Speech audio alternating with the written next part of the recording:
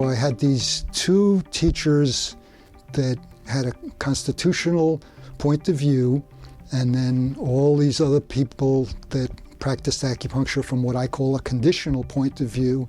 And what I came to is, for myself, is the idea that when we come into life, we start out with a particular configuration of our energetics on every level. And that's just a reflection of who we are. That's our original nature. And we feel like ourselves when we're keeping that original nature, because that's who we are. And that feels, we call that being healthy. Doesn't mean you don't have problems, but that's being healthy. If because of any outside or inside disruption, you lose that original orientation, you then don't have your original nature anymore. You're thrown off of it.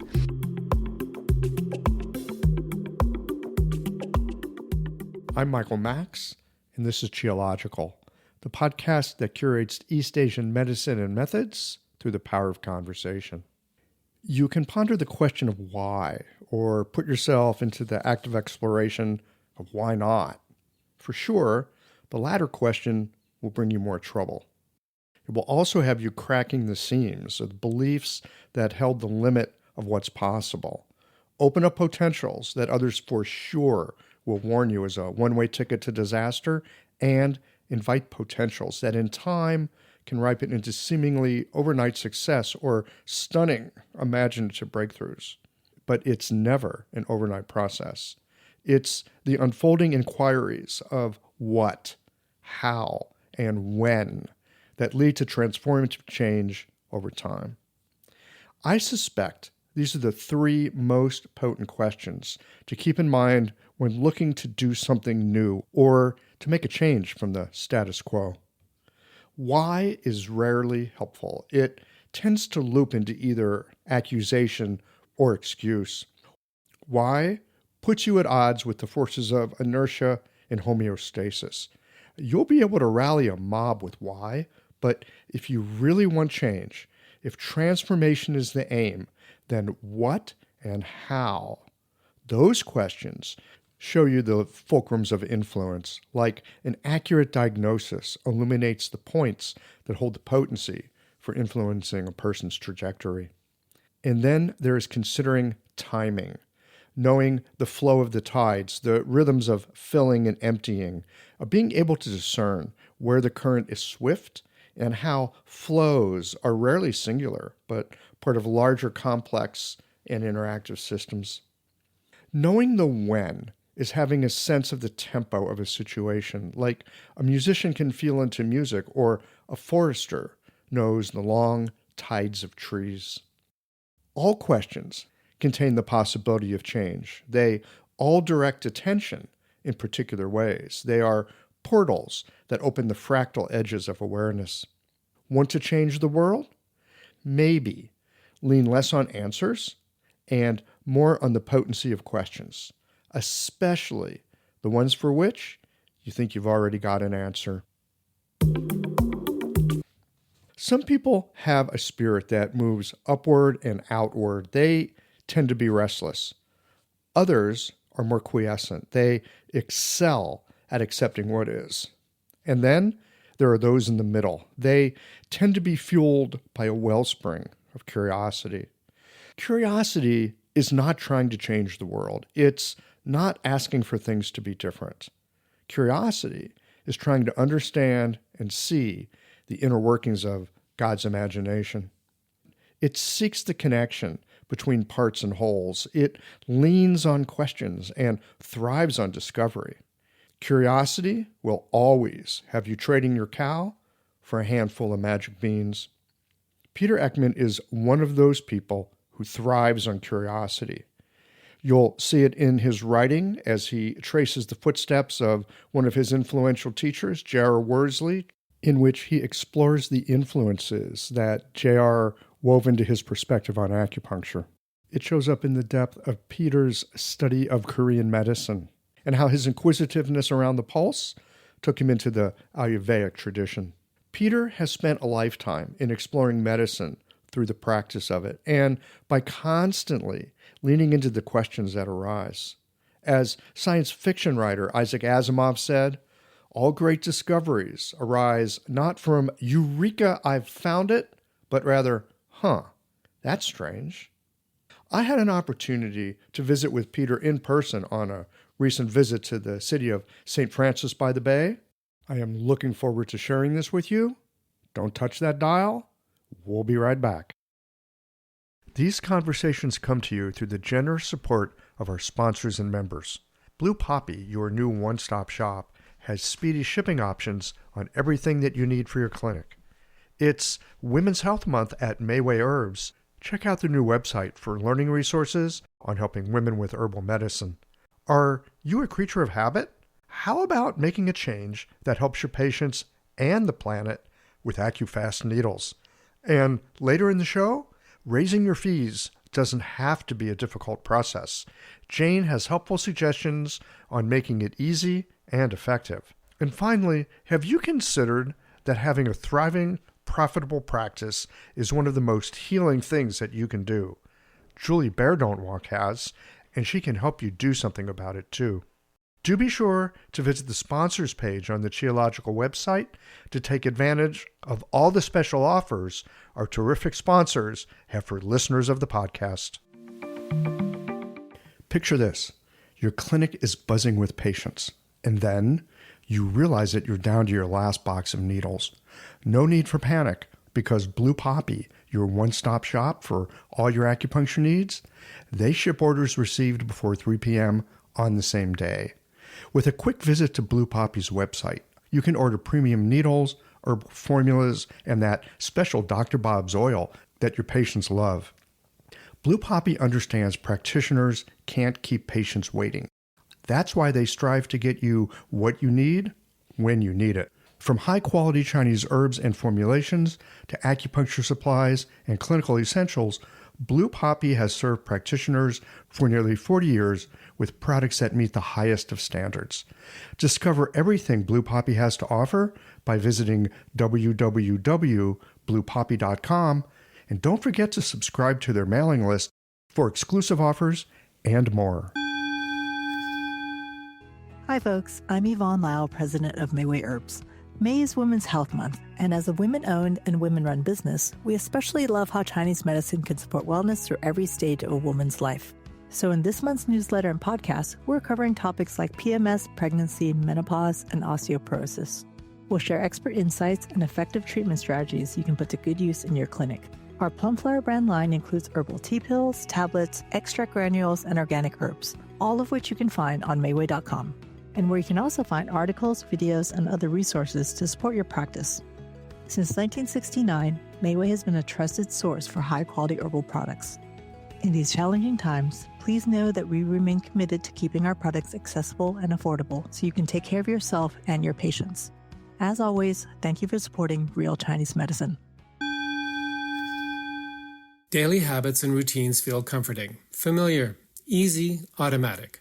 That's the power of repetition. You've worked out the kinks and can do it with your eyes closed. But what if you shook things up? What if you ditched the old routine and tried something new? Hi, I'm John Sten. I've practiced acupuncture for over 30 years, and together with my wife Kelly, we created the world's first eco-friendly acupuncture needle. The AcuFast earth-friendly needle system cuts your packaging waste by 60 to 90%, depending upon your needle type, speeds up your needling, gives you more control, and best of all, while you're healing patients, we plant a tree for every 2 boxes your clinic uses. Thousands of acupuncturists have already made the switch. In just the last year, they've helped plant over 16,000 trees. Since we started, that number has grown to over 50,000. So break the routine. Be the change. Visit acufastneedles.com. Your patients and the planet will thank you.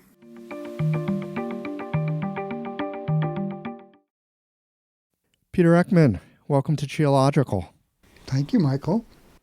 Always wonderful to hang out with you. It's been a long time. You were on years ago. In fact, I think it was before Qiological. I think we talked back on Everyday Acupuncture.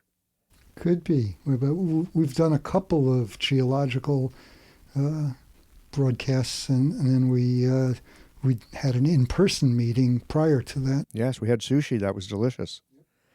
Today we're sitting down to talk some about the history, because you were kind of in the profession before we actually had a profession.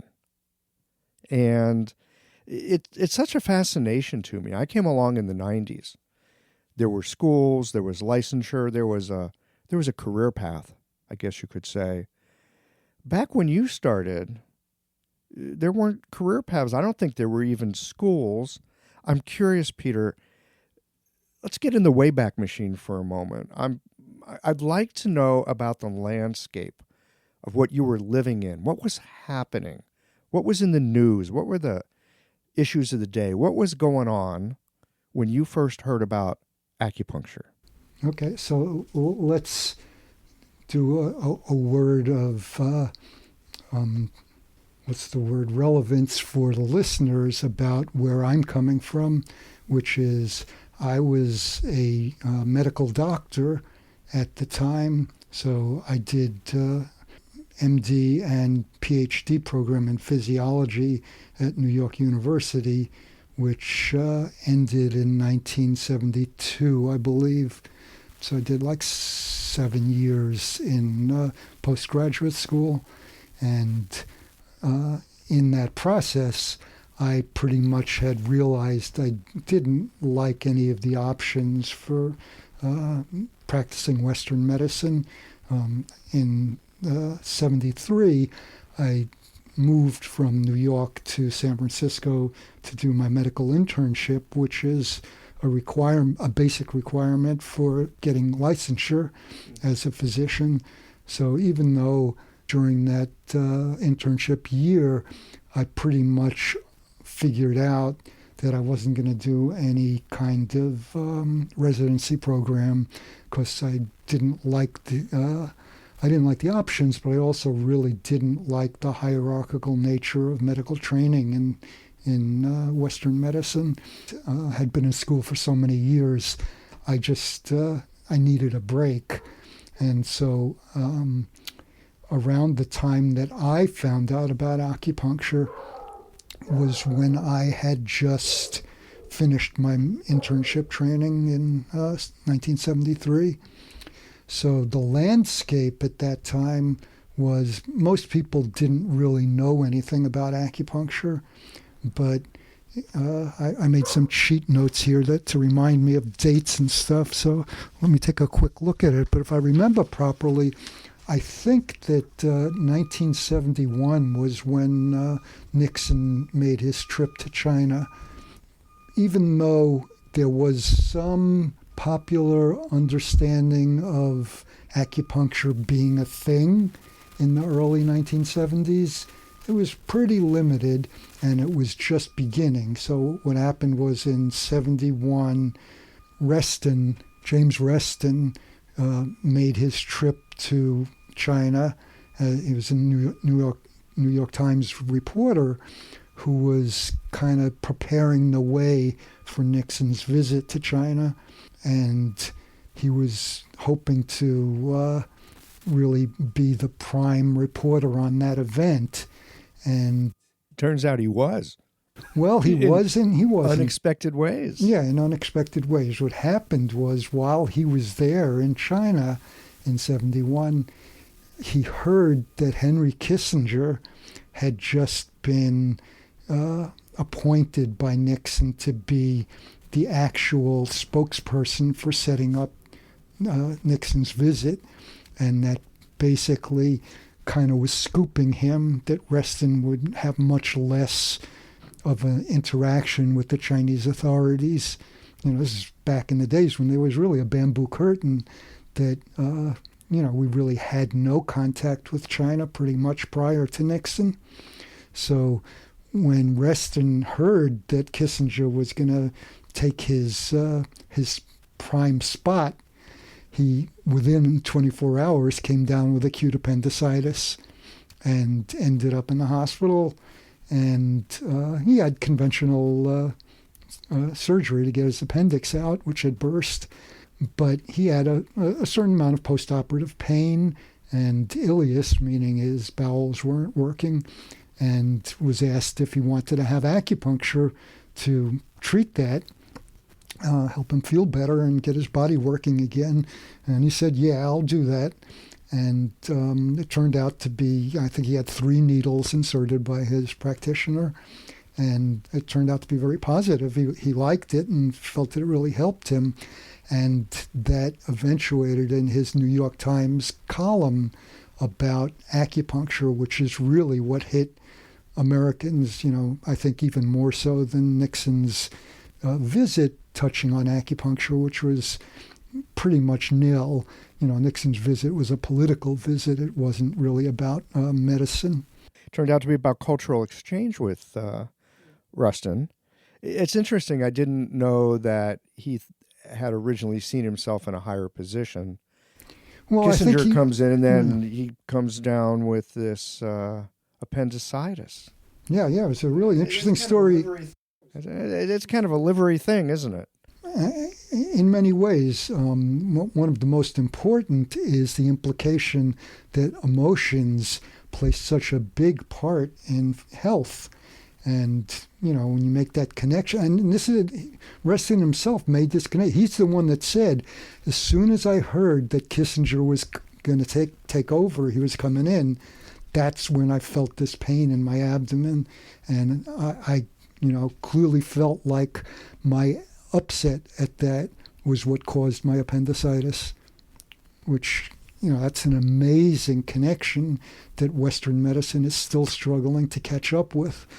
Yes, and so fundamental to our medicine. Yeah. For Asian medicine, yes, but Western medicine is, behind in that spot. Yeah. It's fascinating. I've talked to quite a few people now, and often they will ping on, oh yeah, Reston is when it first came into my consciousness. So that was a couple of years. You were probably still at NYU at that point. A few years later, you're out here, 73, you're out in San Francisco. You're doing this, was it internship? Yeah, my medical internship was in 73. You're not particularly pleased with where you're headed, but you're going to finish your degree off, which is not a bad idea. Finish Where does licensure. acupuncture come into your life in San Francisco? Yeah, so what was happening was I finished in 73 my internship and took some time off because, as I said, it had been many, many years that I'd just been a student or an internship practitioner. And while I was kind of just hanging out, trying to figure out what to do with my life. How old are you at this point? That's a good question. Roughly. I was born in 1945, and this is 1973. You can figure it out as well as I can. I'm terrible with math. I'm pretty terrible with math, but the listeners can figure it out. There we go. Anyway, I'm hanging out, just kind of figuring out where to go with my life, and also feeling like this is vacation time for me.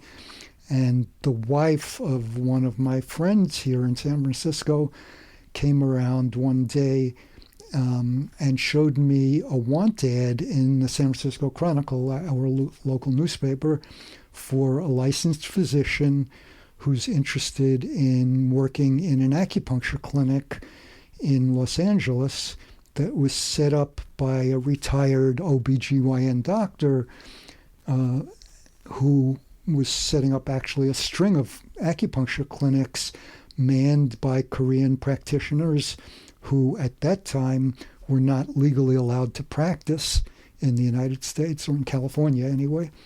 And they needed licensed physicians to actually put needles in people. So I had no income at that time. I had pretty much run out of my financial resources. I knew nothing about acupuncture other than I had read Reston's article in the paper. But I had a good friend who was one of my co-interns from that year who came from Los Angeles.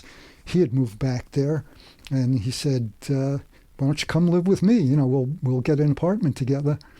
So I did that. I interviewed first. I went down there and interviewed. And, they basically just wanted somebody with a license, so the interview was a snap. And they said, yeah, if you want the job, it's yours. You're going to stick needles in people. Right. We're going to tell you where to stick them.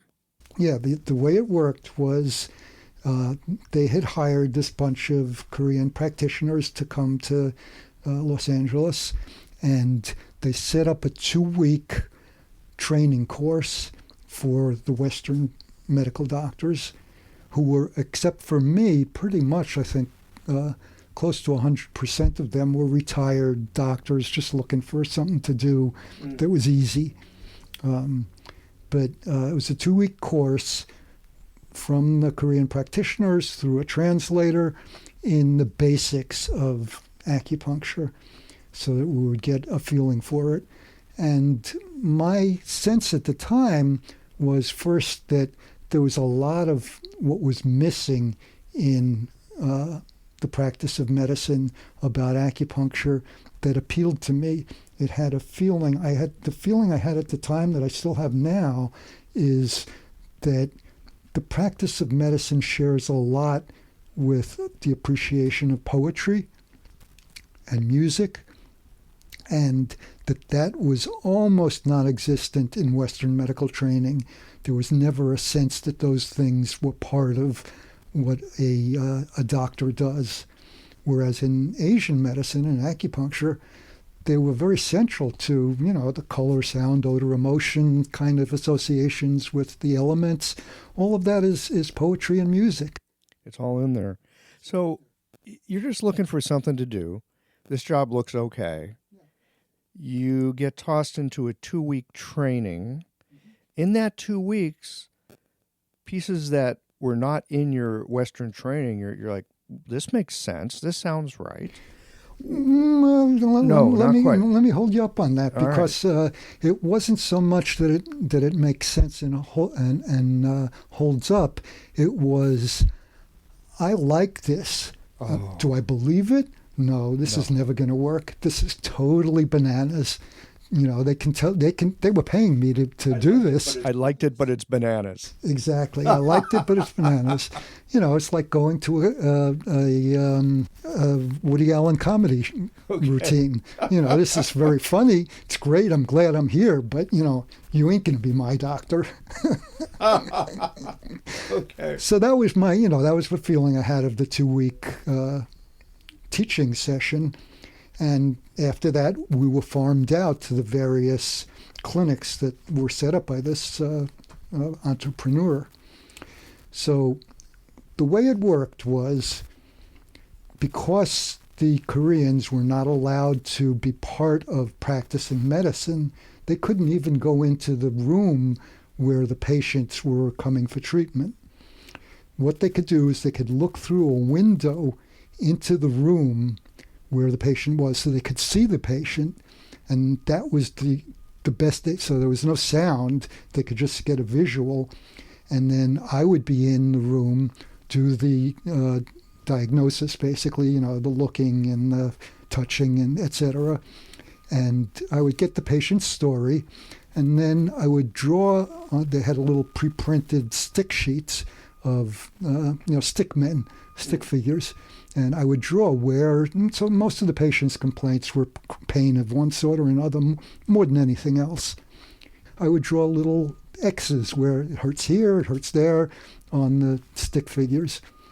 Then I would come out of the treatment room into a conference room with the Korean practitioners through a translator and show them the stick figures, tell them what the patient said, and they would get another stick figure and show me, okay, stick needles here, here, here, here, and here, and leave them for 20 minutes. Totally bananas. I thought, this confirms my initial impression that this is crazy. Patients got better.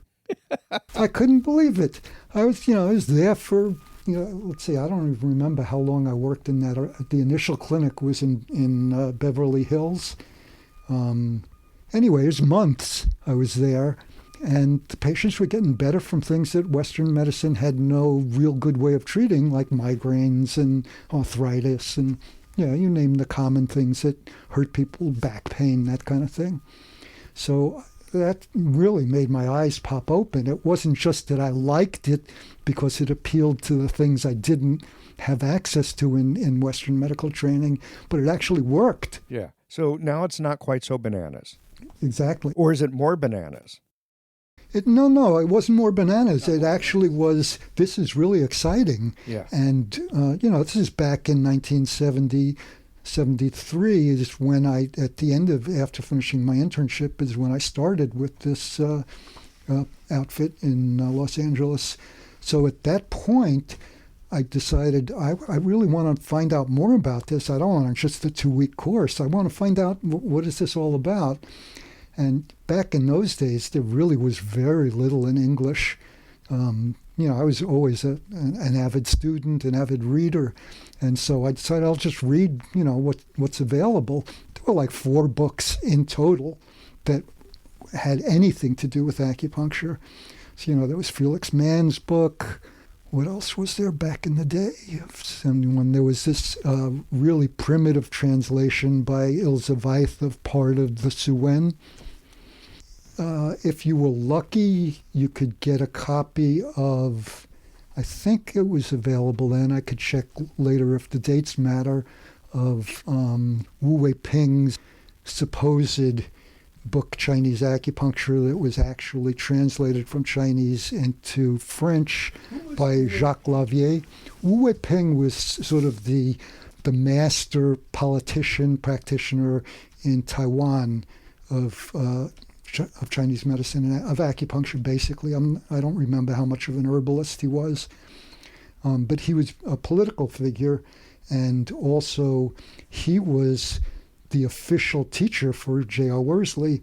Wu Wei Ping granted Worsley his doctorate, and Worsley and his traveling companion at the time went through this whole ritual of getting accepted as disciples of Wu Wei Ping. So Jacques Lavier, a French person who studied with Wu Wei Ping, translated into French the textbook, but that textbook didn't have Lavier's main interest in Chinese medicine and acupuncture, which was the 5-element theory. Didn't have anything about that.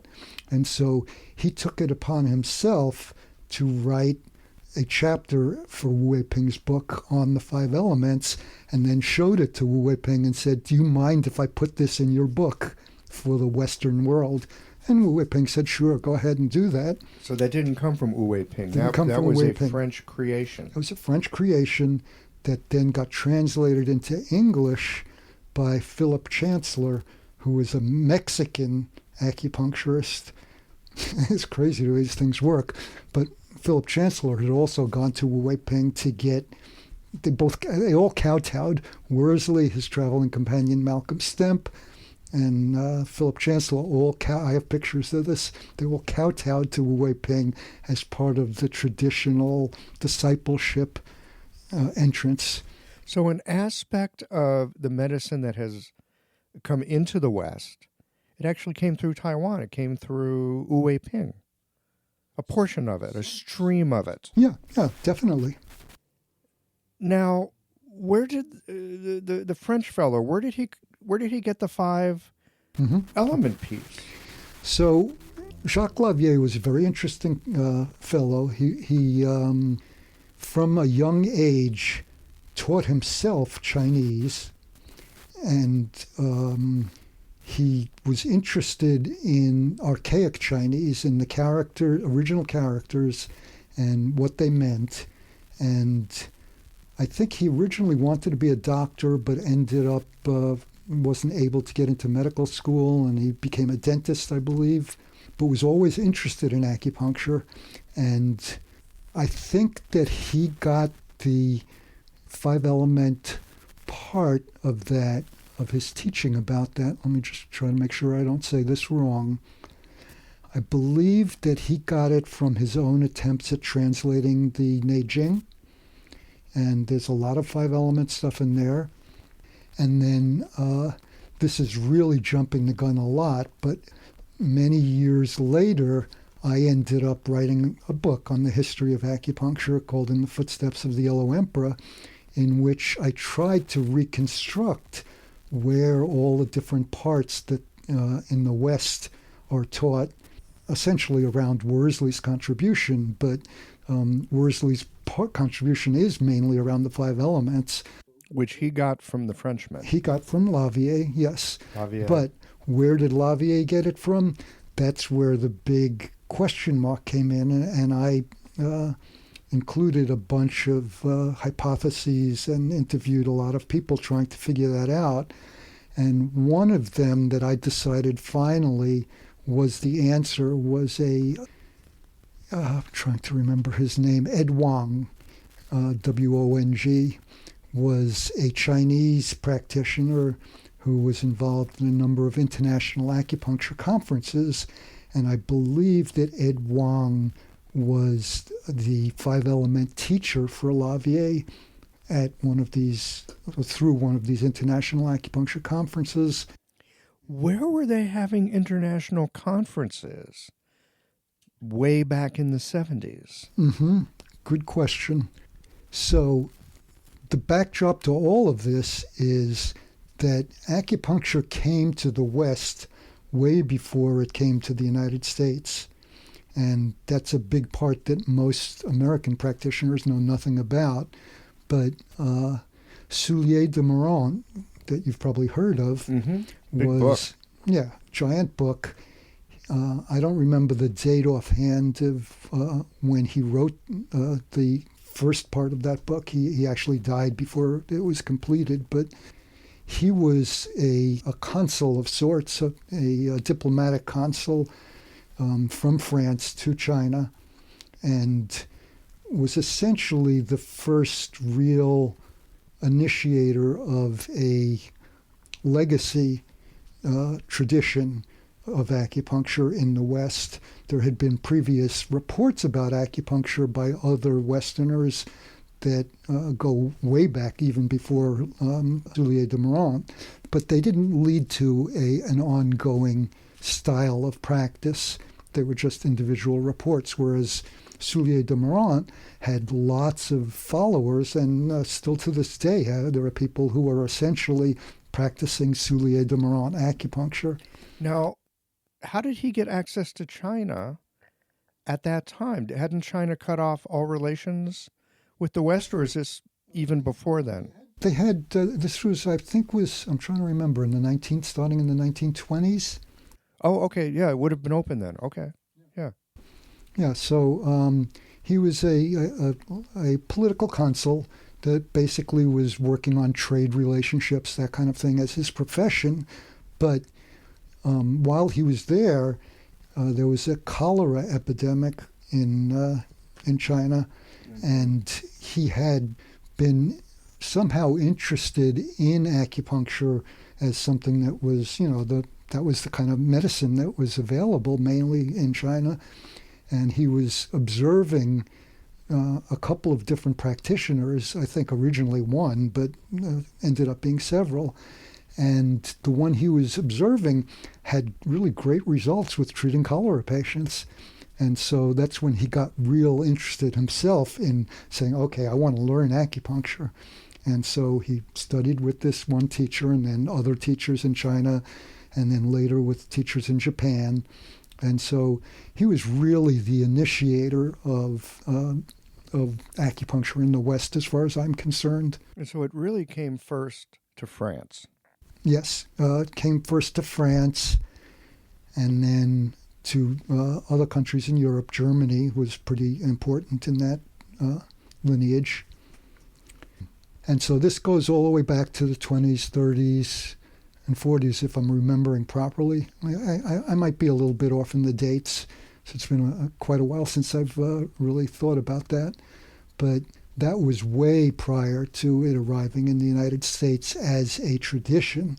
There were, of course, individual Chinese and other Asian practitioners in America all along, sure. And they were practicing illegally as far as the various states were concerned, but because they mainly just treated their own country people, other Asians, they usually were left alone. They weren't bothered.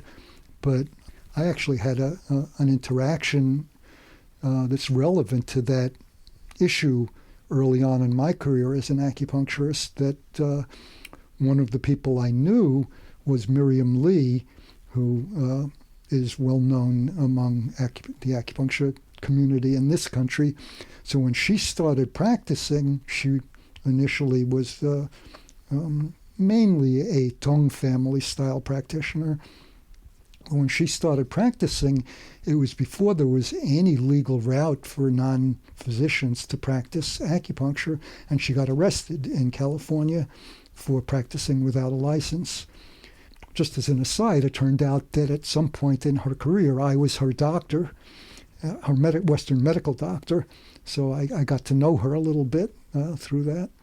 Eventually what happened was there was so much of an uproar in California about Miriam Lee getting arrested because there was at that point there was a demand for her services. She was, considered to be a very effective practitioner, and probably both Asian descended people and American Caucasians, I suspect, were seeing her as well. Yes, oh, definitely. That's probably what partly stirred it up, I would suspect. Yes, that is, and both Miriam and I were practicing in Palo Alto, California. So, we were essentially neighbors. And what happened was that sometime later, I don't remember the duration in between, the next governor of California was Jerry Brown, got through legislation that first legalized the practice of acupuncture by non-physicians in California. And Miriam was, I think, like number 3, if not number 1. I think maybe she was number 3 of the licensees that finally got permission to practice legally in California. Yeah, I suspect those listening to the conversation we're having here probably know of Miriam Lee. She's kind of in that pantheon of practitioners that you hear about from the early days. Now, okay, you're in L.A., you were doing this bananas acupuncture and decide there's more to it. You start reading the very few books. Did you get a hold of the Wu Ping Wei book? Wu Wei Ping. Yeah, I still have it. Oh, you still have it? Of course. Oh, my goodness. I'm a big book collector. I have almost all early books. Well, that would be kind of that's like a relic these days.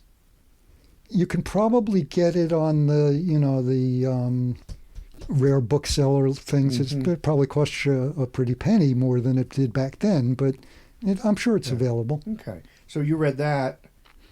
I read that. Felix Mann. I read Felix Mann. I read Ilse Weiss' Partial Su Wen. Mm-hmm. And I don't think it was at that point, but not too long after that, I managed to get a hold of a bunch of books by Dennis and Joyce, I think, Lawson Wood, who were English practitioners of various alternative medical styles. And the other book that was around then was Mary Austin's book. I think it was just called Acupuncture. I'll have to check back on that. But Mary Austin's book was essentially written by Dennis Lawson Wood. Who was Mary Austin? So Mary Austin was a medical doctor in England who wrote one of the first books about acupuncture that described the things like the transfer protocols that Worsley incorporated in his approach to how to balance the elements in giving acupuncture treatment. And Mary Austin was, because in the research I did for putting my history book together in the footsteps of the Yellow Emperor, I tried to interview everybody that I could about it. And Mary was one of the few people that I never was able to get to say, yes, I will let you interview me. And from the other people that I interviewed, I think Mary is already deceased. Almost everybody from that whole story is deceased, so it's a little easier for me to talk about them now without hurting anybody's feelings. But one of the other people I interviewed knew Dennis Lawson Wood pretty well, and so I was able to interview He had I think, early onset or mid-onset Alzheimer's at that time, but I interviewed his wife, who was the co-author with him of the book, and both of them pretty much corroborated my sources' information that they were the real authors of Mary Austin's book about acupuncture, which she never copped to. So they were quite influential. They were very Lawson influential. Wood. Yeah, Lawson Wood was very influential. And in fact, Lawson Wood was hired by the inheritor of Soulier de Meurant's tradition in France on the medical side. I don't know how much you know of the story of what happened in France. Yeah, it was really an important and a terrible story and a warning for the future. So Soulier de Meurant was obviously not a physician. He was a lay practitioner, but he ended up treating lots of the glitterati in France, Jean Cocteau among them, lots of famous people, and he had a very successful practice. And he taught a bunch of disciples that wanted to learn from him, one of whom, he was a medical doctor that decided, after learning from Soulier de Meurant, that acupuncture should only be practiced by physicians. And he actually ended up bringing up Soulier de Meurant on legal charges. This episode is brought to you by Jane, the clinic management software that honestly just makes running a practice easier. Let's dive into something that's never easy, but sometimes necessary: raising your fees. It can feel awkward, right? But here's a tip that can really help. Consider offering flexibility to your patients as you introduce the change. When patients face new fees, it's natural for them to feel uncertain or concerned. That's where flexibility can really make a difference. Offering options like a phased increase, suggesting a payment plan, or even taking a moment to talk things through can help to ease the transition. These thoughtful gestures show your patients that you're listening and care about them, which strengthens the trust you've worked so hard to build. If you're looking for more ideas on how to navigate these kinds of changes, head to frontdesk.jane.app and check out the article, How to Tell Clients You're Raising Your Fees. One last thing, if you're ready to give Jane a try, you can use the code CHEOLOGICAL for a 1-month grace period on your new Jane account. The guy who he learned from. Yep. He brought him up on legal charges. Yep. For not being a doctor. Yep, for practicing without being a doctor. Yeah, and teaching him without being a doctor. Not for teaching, but for practicing. For practicing. Ouch. Yeah. Why am I blocking on his name? It'll come to me. Anyway, this other person turned out to be the leader of the medical acupuncture tradition in France, which turned out to be, in France, you actually, maybe even, it might still be the case, I haven't checked lately, you had to be a physician in order to be legally allowed to practice acupuncture. I think it is still the case. It might still be the case. Yeah. And we're not talking about Koreans behind a slot with stick figures. No, not at all. These are people that have studied for years and years and are some of the finest practitioners were. I mean, like I said, the original people that I learned about, they're all gone by now. They've died years ago. I remember a book on rheumatology that came from the French Dr. Acupuncturist. It was put out by Eastland Press. Yeah. I read it when I was in school, and it was my first glimpse into really looking at the dynamics of the great channels, like the tie-in system, lung and spleen, or the Shaoyang system, triple burner and gallbladder, and really seeing these as something more than just, a hand channel, a foot channel, but these greater warps that move through the body. really opened my mind up in some ways. Yeah. So one of the things that happened in my career was because, well, I'm skipping over the whole period for the moment of when I studied with Worsley, when I studied with my Korean teachers, just to give you a flavor of, as background, that I studied many different styles of acupuncture. And because I was known for that, the American medical acupuncture group, which was started by Joe Helms, brought over people from France as the main teachers for physicians to learn acupuncture. And this person that you mentioned that wrote the book for Eastland Press on rheumatology was one of the people that Joe Helms was bringing over to teach. And one of the things that he taught was a system called the barrier point system. Right. Okay? Right. So the barrier point system was real confusing for many of the physician students in the acupuncture program that Joe Helms set up. Joe knew me for many years prior to that as someone who had studied lots of different systems. And when his students were asking him to please explain this barrier point system, Gerard Guillaume was the name of the author of the rheumatology art text that you're talking about. When the students were asking about this barrier point system, and Joe couldn't quite figure it out himself well enough to answer the questions, he came to me and he said, would you like to read all of I have recordings of all of the French teachers' lectures. Would you like to troubleshoot this and figure out the barrier point system and teach my students? So I said, sure, I'll do that. Sounds like fun. So I did that. I read through the whole thing, figured out what it was about, then taught at the UCLA program to try to help the students understand what the barrier points were about.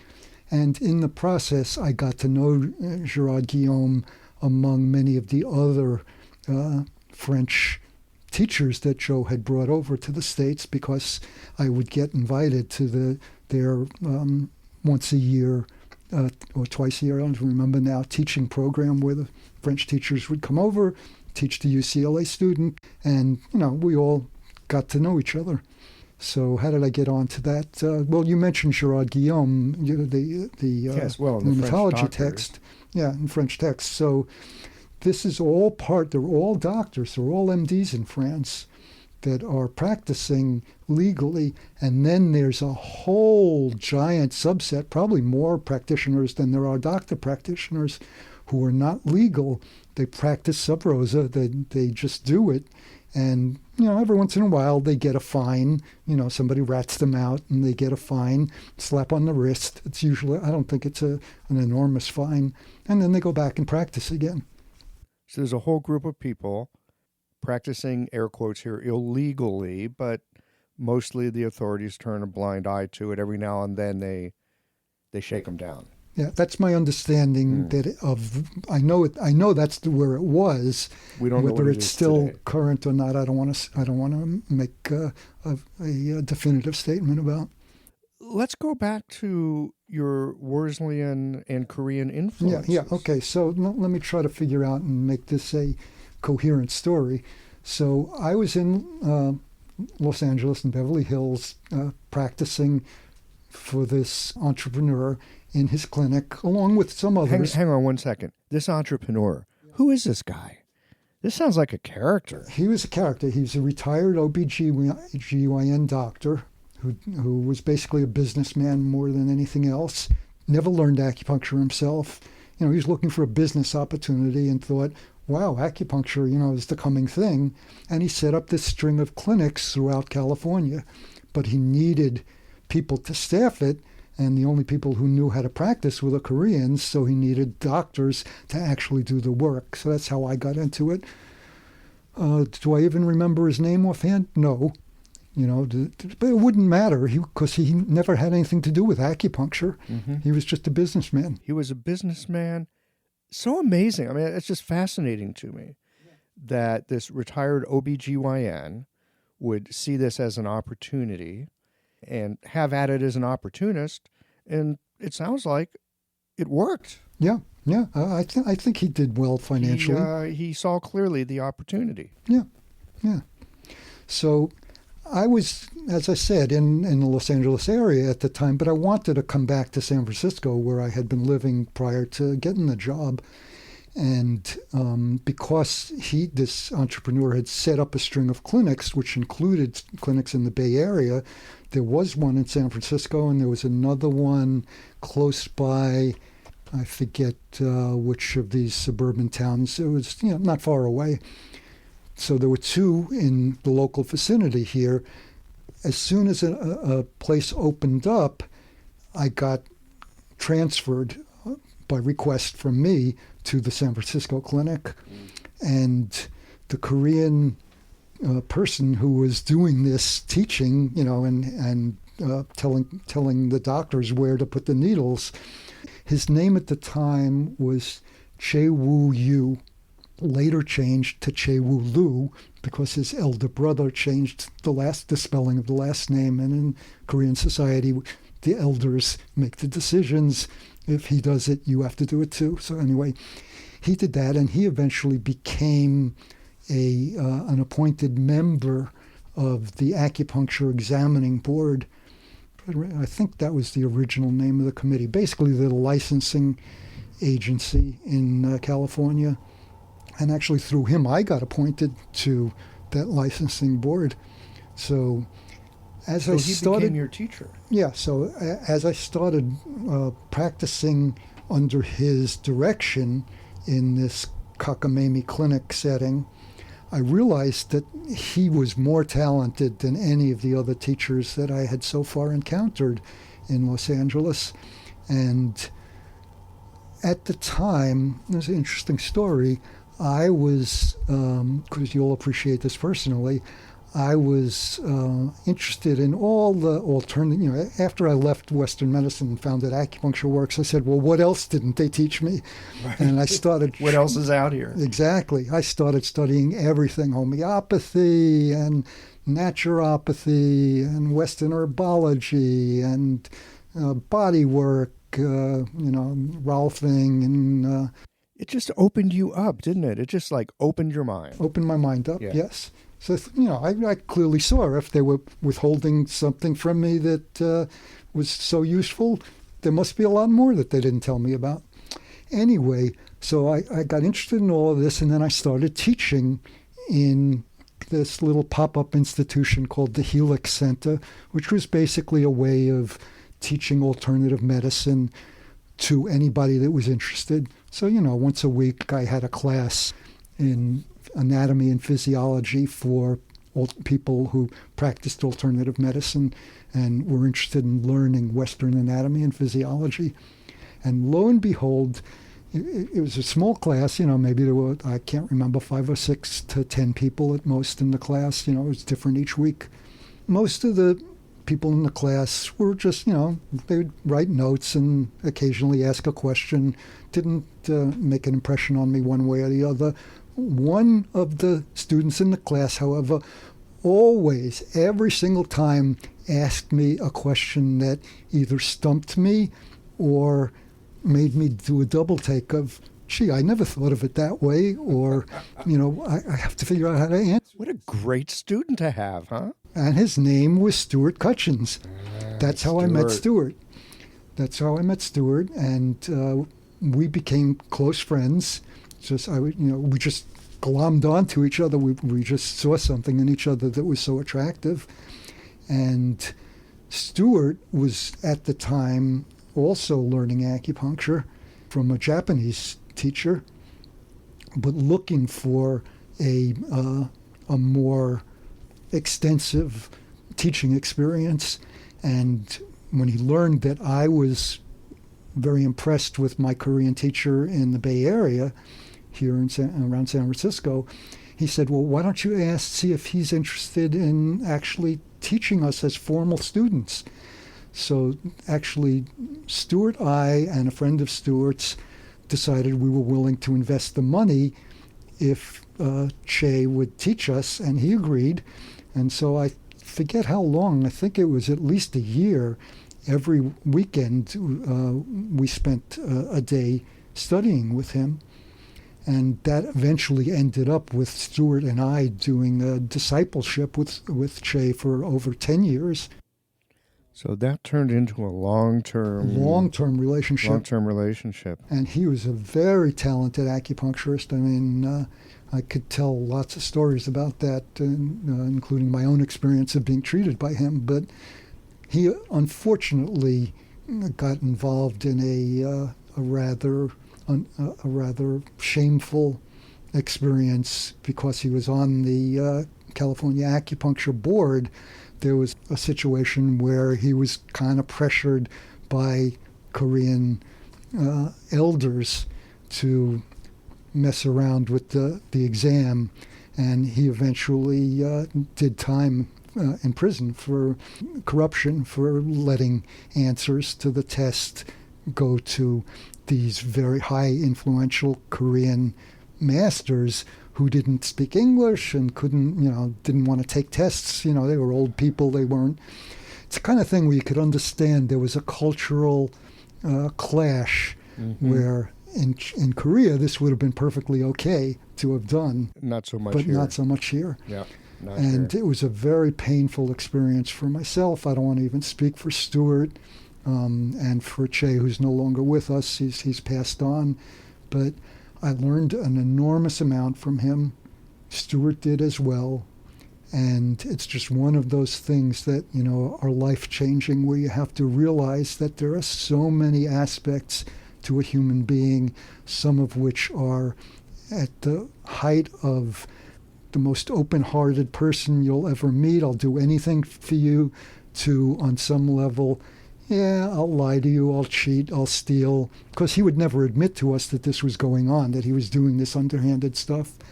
And it was partly because he was trapped. He was trapped between these two cultures. Trapped between cultures, trapped between influences. What's the word I'm searching for here? I mean, because, like, helping out your countrymen who need help, that's also considered... Peter, I'm so glad you bring this up. We're having this conversation at a moment in our culture where everything is so darn black and white at the moment, and vehemently so. And it's a helpful reminder that we are incredibly complex beings. We are incredibly contradictory beings. And I hope that this is the first time I've really talked at any length about Che. And I hope that the outcome of this will be some sort of rehabilitation of his reputation. That I don't want to in any way excuse what he did. It was wrong, no question about it being wrong. And he did his time. I mean, I visited him in prison. I'm one of the few people I know who visited him in prison because I really cared for him. And you learned a lot from him. I learned an enormous amount from him. And more than that, even more important, is I got introduced into the upper echelon of Korean acupuncturists. I've studied since, because of him, with the initiator or inventor of Korean hand acupuncture, Yu Tae-woo, and became his spokesperson, who set up all of his classes in America for many years. And also, with Stuart, became one of the only foreigners ever to have been invited to study under Gwon-do-won, who is the initiator and inventor of Korean constitutional acupuncture, which is essentially an application of the Sa'am technique that you are more familiar with now, with the four-needle technique, that in Korean constitutional acupuncture was much earlier as something that practitioners could learn about than what's now being taught as Sa'am acupuncture, that I have a little bit of a hesitation about the nomenclature for. I understand there are reasons why it's being taught that way now, but I kind of think that it would have been much better if they had chosen some other word. And I'll explain why. it's kind of like when Worsley, whom we'll get to if we have time, decided to call what his style of practice when I first started studying with him traditional Chinese acupuncture. That's what he called it back then. That's what he called it back then, traditional Chinese. Well, that was the name of his college, the College of Traditional Chinese Acupuncture. Mm-hmm. And that was where I got my first level degree in acupuncture from. But, that's crazy to glom on to your particular style as being the tradition and that everybody else is doing something that's not traditional. In the same way, to call what is now being taught as Sa'am acupuncture kind of says to me, in many ways, the other people who use what Sa'am taught, but very differently than how they're doing it, are not practicing Sa'am acupuncture. Ah, okay. So I would have preferred if they called it something like, well, either the name of the initiator of this style, who's modern, he's still alive, I believe, right? You would know better than I do. The tradition that I've been exposed to, I've learned it from a fellow named Toby From Daly. Toby, yeah. And he learned it from a monk that he met while he was traveling. Right, who is still alive, right? Who's still alive but not in touch. Okay, but there's another, there's now this Facebook group called the are you aware of that? You should be, probably. Sa'am Acupuncturist? I probably should be. I've only recently become aware of the Facebook group. I don't spend a huge amount of time on that. So okay, well, I think that Toby's influence is showing up. I think it's the same teacher, same teachings that got transmitted. So tell me a little bit now. This is this could be a 2 or 3 part conversation with you, Peter Eckman. I'm curious to hear your thoughts on the constitutional Korean acupuncture and the Sa'am is well. This is like a 3-part question. Sa'am is you've understood it through your own learning, and then Sa'am is kind of being popularized. I've actually had a hand in that. So lots of different ways I could go about this. Just give me 1 second. I'm still upset that I can't bring the French doctor's name immediately to mind. It will come to me, but it's all documented in my history book. So anybody who's interested, just read In the Footsteps of the Yellow Emperor. It's all in there. Having a thriving, profitable practice is one of the most healing things you can do as a healthcare practitioner. Because a robust business is the ultimate expression of vital qi. And that's the heart of our medicine. I'm Julie Bairdontlock, and I help practitioners grow nourishing, profitable, authentic businesses that embody the generative cycle of Chinese medicine. This isn't about all yang all the time. It's about expanding your own internal capacity, growing collaborative relationships with your patients for ethical patient retention, and marketing as an extension of this medicine, not a necessary evil. You already know that everything is connected in your patients' lives and bodies. The same is true for your business. When we align your systems, your schedule, your pricing, and your offerings with you, we create flow, which means more spaciousness, more impact, and more joy. When you are in the flow, fully resourced in terms of chi, time, and money, your business becomes a source of healing, not just for your patients, but for you. Let's grow something rooted, radiant, and real. Visit lifeflowconsulting.com to learn more. Fabulous book, by the way. I remember reading it when I was in acupuncture school. It was like a detective novel. It is. It's a detective novel. Yeah, and even the illustration is me as Sherlock Holmes in there. Yes. Yeah. So to try to answer your question, I studied with the Korean teachers, including the ones that I've just mentioned to you initially. When I got to San Francisco, I came into meeting with the local acupuncture practitioners, the main one of whom was a graduate of Worsley School in England. And he actually was he became my practitioner, my first practitioner. He's sadly passed on now, but he was a very influential figure. Hal Balin was his name. He was a medical doctor who was in Worsley's first class teaching foreigners, mainly Americans. Yeah. In England, we would be the foreigners. Yeah. And Hal Balin lived on a houseboat in Sausalito, which is near in the Bay Area here. And he used to host meetings of local acupuncturists to share case histories and, get to know each other and that kind of stuff. And at one of them, I met another one of these doctors who were fellows of mine that had come from this original Los Angeles doctors training program. Haig Ignatius also lived in the Bay Area here. And Haig, who later went on to be a founding member of the TAI, the Traditional Acupuncture Institute in Maryland, which was a Worsley-style school.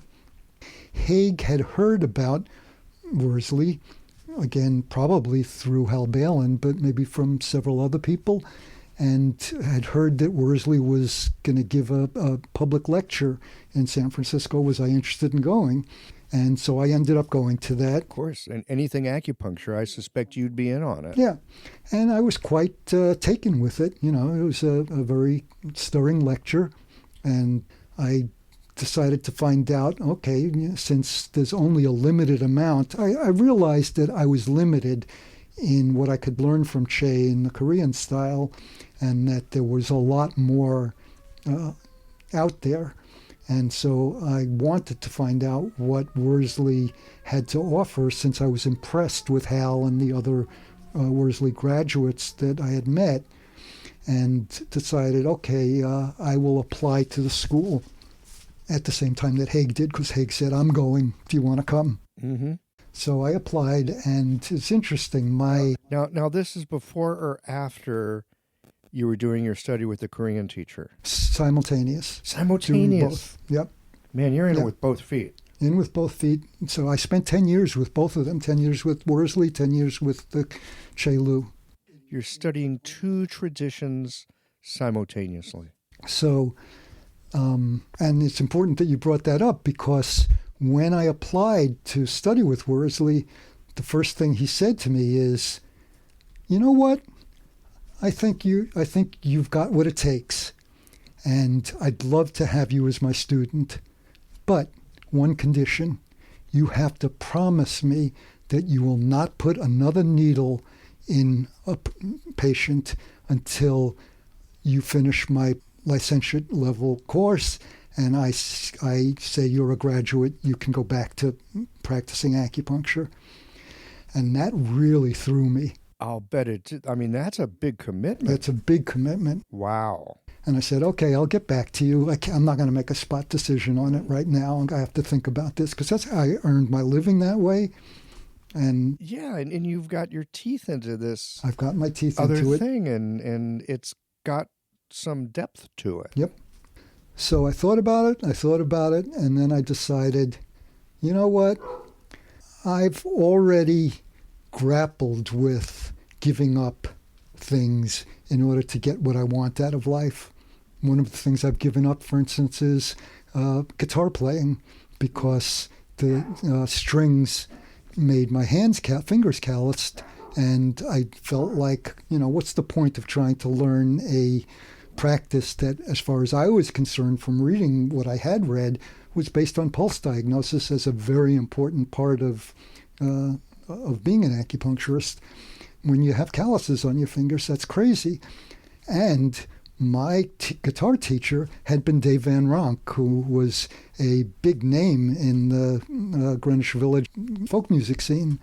And he really thought I had, great promise as a guitar, folk singer, guitar player.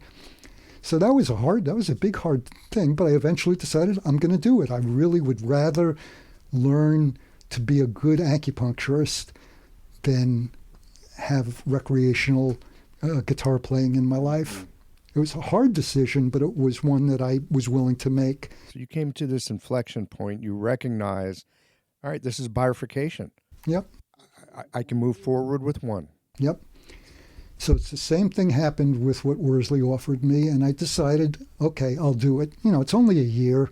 I can figure out how to grapple with that, and I did it. I kept my promise. I got my lick act from Worsley, and I went back to practicing. So let's see, what your question was about the constitutional side of this, as part of your question. Worsley's style is very much based on what I call people's constitutions. Worsley never called it that. He called it what he was trying to get people to diagnose, the CF. And it's really interesting that this very day I have been in correspondence with a person in England whom I shall keep nameless because I don't want to get anybody currently alive in trouble. But there's a dispute going on right now about who is allowed to use the words causative factor and CF. The lineage holder in England of Worsley's teachings is rather strict about her legal right to determine who can teach Worsley style acupuncture and who can use certain terminology that she claims Worsley invented and trademarked, or has the intellectual property rights to. So somebody came to me asking for help, wanting to write a book that would use some of that terminology, and could I please help figure out how to deal with that? So it's interesting. It just happened within the last 2 days, and today was part of that online conversation with a colleague in England. Anyway, not an important point, just interesting how these things come together. Well, it is interesting how these things come together. And, when I think of the medical language of acupuncture, I mean, it's a very specific subset of, words and ways of speaking and ways of thinking. It's hard to imagine patenting a medical idea for something that is thousands of years old, spans all kinds of time and tradition. Yes, I would agree with you 100%, but I also recognize that when people come up with some new way of configuring things, perhaps it's their prerogative to say, I've come up with this new way. If you want to use it, you need my permission to use this. Or intellectual property. Yeah, exactly. It's a question of intellectual property rights. Human beings vary tremendously in how they approach that kind of problem. For me, I've had so many insights about acupuncture that I've never seen anywhere else. And I teach it freely and tell people, go use it and teach it yourself. It's not mine. I just saw it, and I want everybody to have it. Other people feel, no, this took a lot of work to get to. This is mine to do with as I want. That's for everybody to decide for themselves. Anyway. To jump back to the real question, Worsley didn't ever call it constitution. He called it causative factor, which he abbreviated as CF, and I believe that's what the intellectual property right argument is about, is the use of the abbreviation CF. There is some further arguments, but that's the main one. So my take personally, and you can see this in my history book that we've been talking about, is I feel that the causative factor is actually a constitutional aspect of human nature, that it's something you're conceived with, born with, live with, and die with. It never changes. It's part of your biology. And Worsley did not believe that. He himself said he didn't know at what age the CF became part of a person's life, but from then on, it didn't change most of the time. He did occasionally, almost never, but occasionally, in my memory at least, admit that there might be circumstances where it could change, but it was very rare. And that it probably came into existence at the latest in early childhood. Okay, that was his take. I've treated it as constitution. So when I went to England to study with Worsley and felt this constitutional symbolism as an important part of what an acupuncturist tries to discover about his patients, and then came across the teachings of Korean constitutional acupuncture by Gwon-Do-Won, the person that I said I went to study with Stuart, I recognized those were the only two sources where I recognized people thinking about constitution as an important aspect of acupuncture diagnosis, meaning constitution as that which you're born with or conceived with, rather than, like a big, strong, muscular person has a strong constitution and somebody with TB has a frail constitution. No, that's a different use of the terminology. What we're talking about here is something you come into life with and keep throughout your whole life. And I think that's very important, and it eventually became my own style of practice that I made a name up for, which is constitutional conditional acupuncture, because what most practitioners do is they look at what's going on now. What is this person's current state, which I call their condition, that has to do with their organ functions, how are they relating to each other right now, with their yin and yang, what is their status with that right now, that balance, with everything else. All of that is not their constitution. It's what's going on right now that I have to treat to get them better. Against the background of the Constitution. Well, I believe it is, but that's not the common teaching in acupuncture schools or schools of thought. So I had these two teachers that had a constitutional point of view, and then all these other people that practiced acupuncture from what I call a conditional point of view. And what I came to is, for myself, is the idea that when we come into life, we start out with a particular configuration of our energetics on every level, and that's just a reflection of who we are. That's our original nature. And we feel like ourselves when we're keeping that original nature, because that's who we are. And we call that being healthy. Doesn't mean you don't have problems, but that's being healthy. If because of any outside or inside disruption, you lose that original orientation, you then don't have your original nature anymore. You're thrown off of it, and you don't feel as well. You don't feel like yourself. Literally, you don't feel like yourself. People say this all the time. You treat them, they start feeling better. They're like, oh, I feel like myself again. Right. So the key there for me is the goal of acupuncture for me is to encourage a person to go from their conditional state back to their constitutional state. That's what acupuncture is about for me. So it involves two things that an acupuncturist doing my kind of work has to do is, one, figure out what is each person's original nature, and two, what is their current conditional state. Once I know that, then there are various strategies to remind them how to go back to where they came from. Your word here, remind, that totally rings a bell for me. People often ask me after a particularly, I'm going to say, poignant treatment. They feel a certain way. Again, they say they feel like themselves. You can see a look in their eye. The feeling in the room changes. The pulse changes. Everything. And they'll often ask, like, what did you do? What's happening here? And it's a troublesome question to answer for me.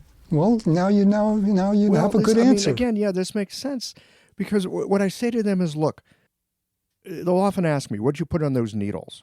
The answer is there's nothing on the needles. Acupuncture can only call out something that's innate with you. It helps remind you who you are. I actually use those words. It just helps remind you who you already are. And that answer is usually very satisfying for people. Mm-hmm. And I'm glad you came to that, apart from me telling you that you've been doing that yourself too. So you had these two different teachers that looked at Constitution.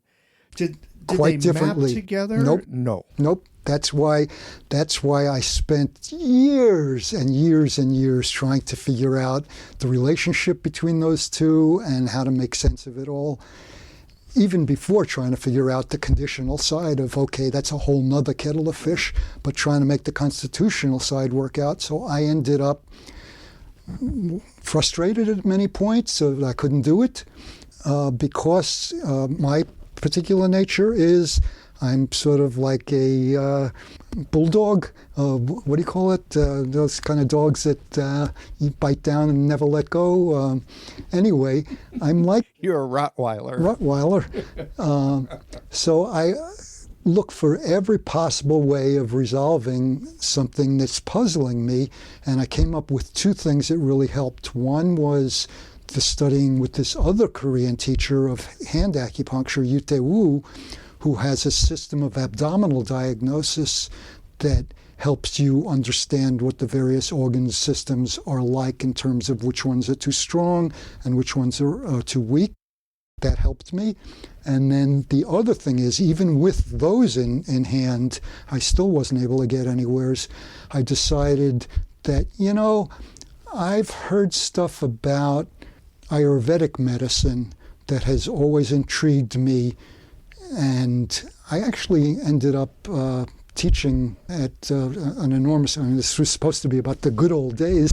In the good old days when acupuncture was first getting started, there was a big conference in Washington, D.C. with a number of very famous people. Yeshidanden was the doctor to the Dalai Lama, was a presenter at that conference. Manfred Paukert, who wrote the first technical book about this is in the Chinese medicine. 70s, I guess? Yep, this is in around 19...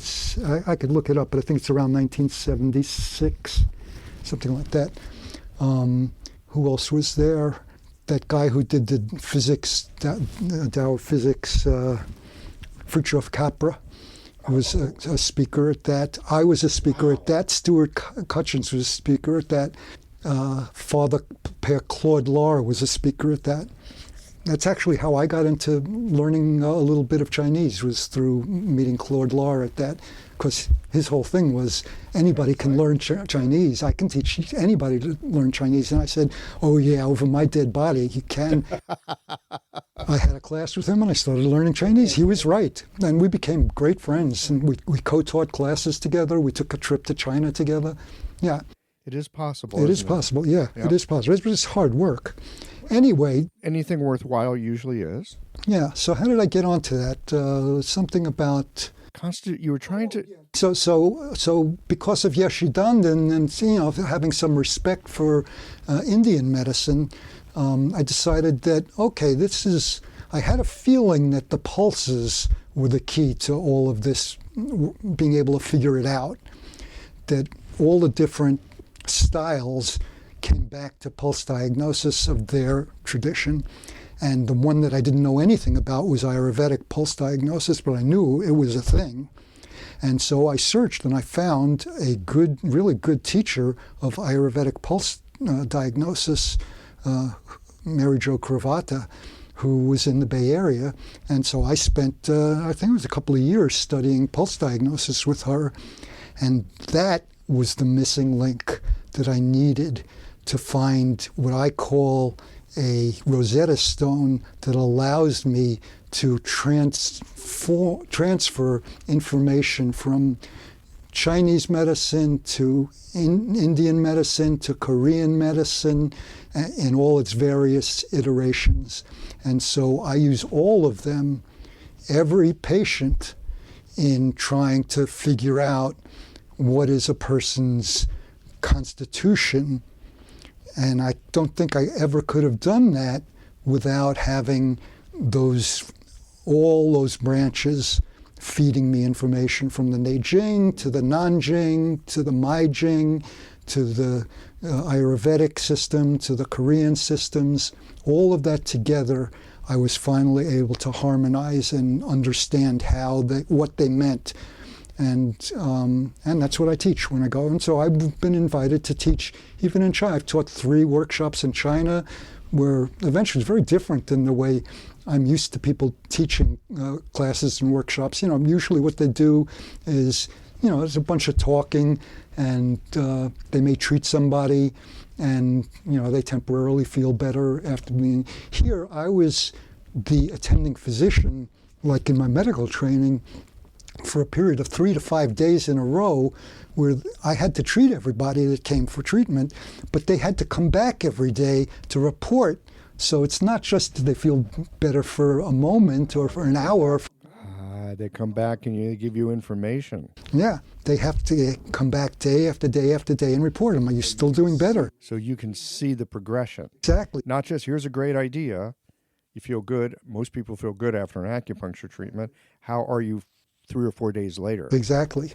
And so that was a wonderful experience to me, and that's how I teach now. I'm planning to continue teaching in the future too, is always to have it be an ongoing situation where people can see the actual transformation in people, not just momentary relief of suffering, which is worth something, but it's not, for me, it's not the ball game. So your sense of constitution at this point, it's not just what Worsley taught. Nope. It's not just what you got from your Korean teachers. Nope. It's a synthesis of that, plus pulse, plus whatever else you brought into it. You're reading of the classics. You've got your own sense of what constitution means at this point. Yes, I'm not sure that it's different than what my Korean teacher thought it meant. It's just I've expanded the possibilities. He only had 8 constitutions, and I believe there are 20 constitutions. 20 constitutions. 20 unique constitutions. I wish you were going to say there's only 8, because that makes life easier. Yes, it does. It made it easier for him, and he never gave that up. Even he practiced well into his 90s and only died at the age of 101, having retired, 4 or 5 years prior to his death. So you can practice quite well with 8 constitutions. Yeah, well, my experience, and I think Stuart will back me up with this since we studied with him together, is, when he was right, he was phenomenal. When he was wrong, he was wrong. It's and that's true with everybody I've ever studied with. Nobody's 100%. No. So 20 constitutions. Okay, I think that's probably a conversation for another day. Yep, it is. But before we wind this one down, could you speak a little bit to the Sa'am piece? Okay, I'm going to do 2 things. One is the Sa'am piece, but something has to come before that, which is around the 1980s is when the introduction of Chinese medicine as it's codified in TCM or any of the other various styles entered my awareness and the awareness of acupuncturists in America. Prior to that, it wasn't a thing. And there was a real conflict between the 5-element people under Worsley and the people getting their teaching from China who were in the 8 principle camp, and they hated each other. They just fought like lions about, Worsley kept denigrating the Chinese approach, the 8 principle approach, and the 8 principle people laughed at the 5-element people and said, "Oh, Worsley just made that whole thing up. It's not, has nothing to do with Chinese medicine." It was very antagonistic, and my process throughout has always been to try to find the middle ground, the harmony that allows what's real from both sides to be in the pot that we're all eating from. And so that took 10 years for that to finally start to get resolved. And that meeting in Washington where all those people I mentioned gave speeches was a very influential point at which things began to switch from fighting to respect for each other, and a sense that it doesn't have to be my way. This is my way, but it doesn't mean your way is wrong. So I'm going to leave that. So for Sa'am, even from my earliest studies of Korean acupuncture, I got, whatever was available in English that started coming out. I saw references to Sa'am, and they always were exactly the same. They were Sa'am discovery. He was a Buddhist monk in the medieval times who discovered, after meditating in a cave, the 4-needle technique, which involved using the promoting and controlling sequences of the 5 elements to make the most powerful effect on transforming the energetics of whatever meridian system you were treating. That plus, so one was promoting and controlling for excess and deficiency, and then as a side note, he had also a secondary one that's in all of the literature about him that was about heating and cooling. So people that are too hot and people that are too cold, how to treat that, again with 4 needles. So I always thought that what Sa'am acupuncture really was about, the core of it, was the use of a 4-needle combination to try to influence the energetics that were at play. The more modern thing that now is being called Sa'am acupuncture includes other teachings about emotions and climatic conditions, et cetera, that as far as I knew were not in any of the stuff that I had ever seen about Sa'am. Doesn't mean that they weren't there. Maybe they were in Korean, and they may be right, but lots of styles like Korean constitutional acupuncture are based on the 4-needle technique as the type of treatment. And they have nothing to do with this modern stuff that is being taught as Sa'am acupuncture. So I feel a little uncomfortable about Sa'am acupuncture claiming the territory of, if people do something different, they're not doing Sa'am acupuncture. I think they were. Korean constitutional acupuncture wouldn't be without Sa'am acupuncture. You wouldn't have it without the 4-needle technique. Exactly. Right. So it comes... Exactly. Every single treatment he did was with the 4-needle technique. Yeah. Well, it seems to me, I've just watched human beings for 60 some odd years now, being one myself, and one of the things I notice is we tend to identify with things, or we want to, especially these days, like you want to brand yourself or associate yourself with this. I'm not like that. I'm this. We don't do that. We do this. There's always this schismogenic thing that's going on. And beyond that, sometimes there's these similarities that run through things. So it's really helpful hearing your perspective on this, because I think for me, it helps me to better understand where the knowledge that's come down to me, where it's come from. Because, look, you can get things in books, and these days we're lucky to have so darn many.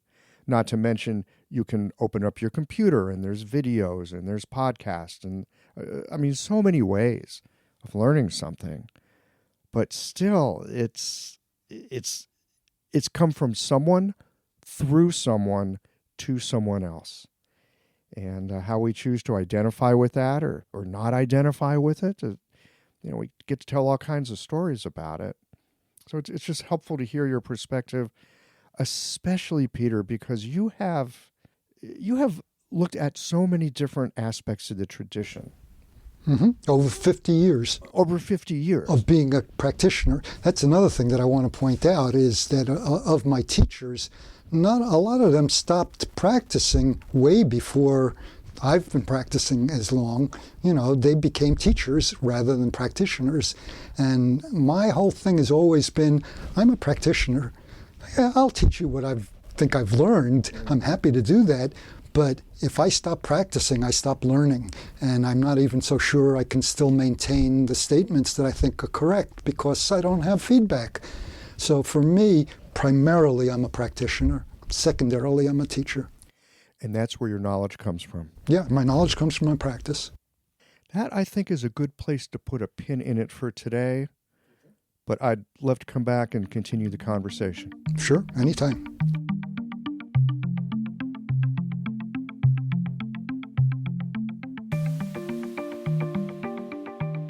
Of course, East Asian medicine was here in the West long before folks from the mainstream culture began to cotton to it. And I, for one, like to imagine a history of Genren-type doctors working through their virtue to relieve suffering in the world. So when the story gets bigger, when I hear about a retired OBGYN who creates a franchise of Korean doctors doing acupuncture by proxy using Western MDs who have the legal authority to use needles, well, it reminds me that the human spirit and imagination are indeed vast. And in service of scratching out a living, people get mighty creative. And at the same time, even with the foibles and imperfections of some of Peter's teachers, there was also the transmission of helpful knowledge and skill to a younger generation of practitioners that occurred. And we're also the beneficiaries of that. Peter's inquiry into constitution and condition, that constitution is something that we are. And when we live through that blueprint, we have access to the resources and capacities that allow us to more fully interact in the world. Our constitution, it's not a compensation. It's our wellspring. It's in the times when we're working from a conditional adaptation. That is when we lose connection to our unique vitality. Coming home to who we are and how we are, that is something worth aiming at. Well, here we are at the end of this episode. If you've listened up to this point, you're either a rabid fan of Qiological or the forward button on your podcast player stopped working. If you are indeed a fan of the podcast, you can help us to bring new episodes to our community of practitioners by supporting us with a membership or a one-time contribution. Details, of course, are on the website. That's it for today, friends. Join us again next Tuesday for another thoughtful episode of Qiological.